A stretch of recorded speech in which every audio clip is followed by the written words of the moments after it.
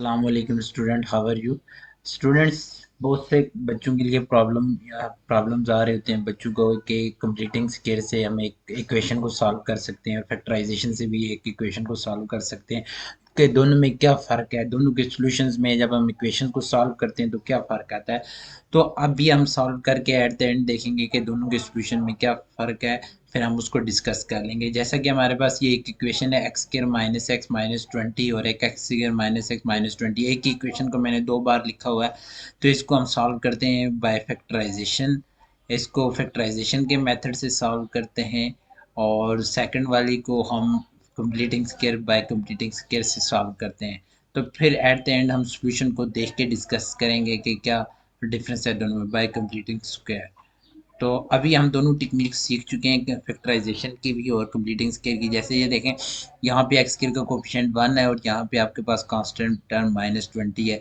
तो दोनों को जब मल्टीप्लाई करेंगे तो -20 आएगा। 20 के दो फैक्टर बनाते हैं तो मिडिल टर्म जब ब्रेक करते हैं तो यहाँ बनेगा हमारे पास एक्स स्केयर। यहाँ पे 20 के जब -20 के दो फैक्टर आपने बना लेने, ये आपका रफ वर्क होगा। -20 का एक बनेगा 4 और 5, क्योंकि दोनों को सब्ट्रैक्ट करेंगे तो यहाँ पे -1 आ जाएगा। बड़ी टर्म के साथ माइनस का साइन लगा देते हैं, छोटी के साथ प्लस का साइन लगा देते हैं। तो एक्स स्क्वायर माइनस यहाँ पे लगेगा 5 ऑफ एक्स।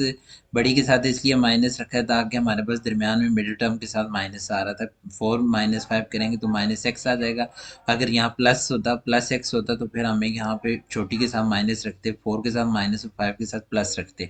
तो यहाँ पे आ जाएगा minus plus 4 of x minus 20 is equal to 0 आ जाएगा हमारे पास। यहाँ पे आप कॉमन ले लें, एक्स कॉमन ले लेंगे तो एक्स -5 रह जाएगा। प्लस यहाँ पे 4 कॉमन ले लें, जो यहाँ पे एक्स -5 रह जाएगा इज इक्वल टू 0। यहाँ पे देखें एक्स -5 आ गया आपके पास इंटू एक्स प्लस 4।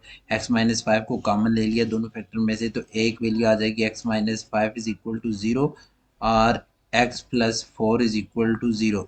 तो यहाँ पे x की वैल्यू जो है हमारे पास आ जाएगी 5 और x की वैल्यू हमारे पास आ जाएगी -4। तो सॉल्यूशन सेट जो है यहाँ पे हम देखेंगे, जब फैक्टराइजेशन से इस इक्वेशन को सॉल्व किया तो 5 और -4 आया हमारे पास।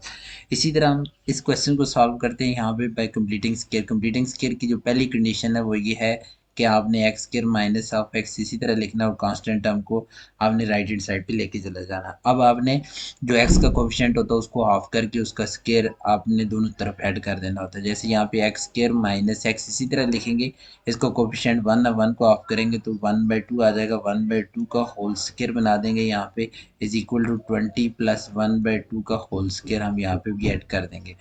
तो यहाँ पे देखें, इसे हम आइडेंटिटी की फॉर्म में लिखते हैं एक्स स्क्वायर -2 ए की जगह एक्स, बी की जगह 1/2 प्लस 1/2 ऑफ एक्स का स्क्वायर इसी तरह लिखेंगे इज इक्वल टू 20 प्लस 1/4 आ जाएगा हमारे पास। तो यहाँ पर आप देखें आपके पास X square -2 of X into 1/2, ये 2 से कट जाएगा, एक्स ही बनता है। तो यहाँ पे ये आइडेंटिटी बन रही है एक्स -1/2 का whole square is equal to, ये बन जाएगा आपके पास 20 को 20 के डिनोमिनेटर में 1 है प्लस 1/4, तो एलसीएम लेके ये बनता है आपके पास 4 और ये 81 आ जाएगा ऊपर ऐड होके।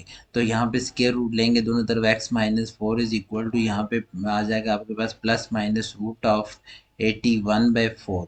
तो यहाँ पे आ जाएगा आपके पास प्लस माइनस 9/4, 9/2, 9/2। तो यहाँ से x की वैल्यू एक वैल्यू आ जाएगी आपके पास 9/2 प्लस 1/2 और एक वैल्यू आ जाएगी x is equal to -9/2 plus 1/2। तो पहली वैल्यू आपकी x की वैल्यू आ जाएगी आपके पास 10/2, 10/2 5 आ जाएगा और दूसरी वैल्यू आपके पास आ जाएगी -9 प्लस 1 करेंगे तो -8 आ जाएगा। तो डिवाइडेड बाई 2 करेंगे तो -4 आ जाएगा। तो आप देख सकते हैं इसका सॉल्यूशन सेट भी जो आपके पास आ रहा है वो आ रहा है 5 और -4, 5 और -4। इसका मतलब ये हुआ कि कोई भी इक्वेशन आप चाहे उसे कंप्लीटिंग स्केयर से सॉल्व करें, चाहे आप उसे फैक्टराइजेशन से सॉल्व करें, उसका फाइनल सॉल्यूशन जो होगा वो सेम आएगा। There will be no difference between the solution of the equation. Technique different है, दोनों को आप डिफरेंट टेक्निक से सॉल्व करेंगे, लेकिन फाइनल सॉल्यूशन जो होगा वो आपका सेम होगा दोनों मेथड से।